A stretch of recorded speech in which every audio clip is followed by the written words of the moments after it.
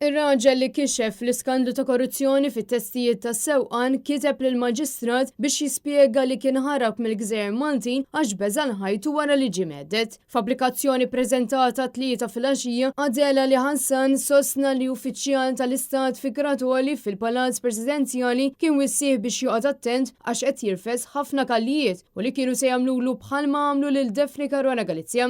Hassan li kien ilu jgħix Malta mill-2006 kien sar familjar risewm uffiċjali għolja fil-Partit Laburista fejn kiseb il-fiduċja tagħhom u stabbilixxa ruħu fl-istrutturi tal-partit u kien jintalab jorganizza laqgħat bejn gruppi ta' nies u l-ogħla uffiċjali tal-partit li ta' żmien kien għadu fl-oppożizzjoni u li jiġbor donazzjonijiet għalih. Hassan kien personalment sar jaf bi pjanu skema li essenzjalment hija konfoffa kriminali immexxija minn organizzazzjoni li effettivament kienet waħda kriminali li tippermetti li nies li weħlu mit-testijiet ta' sewqan tagħhom xorta jiġu ddikjarati bħala li għaddew minħabba li kienu rakkomandati minn ministri uffiċjali tal-Ministeri. Hassan iddikjara li kien lest jixed permezz ta' video conference jew kwalunkwe mezz ieħor meqjus opportun mill-qorti li ma jipperikonax is-sugartà tiegħu għaliex ħajtu ma kienx garantita jekk fiżikament jirritorna Malta. Dan il-whistleblower huwa l-istess persuna li kixef ukoll kif barranin kienu qed jakkwistaw passaporti ta' persuni mejtin speċjalment biex ikollhom il-vot. Sa issa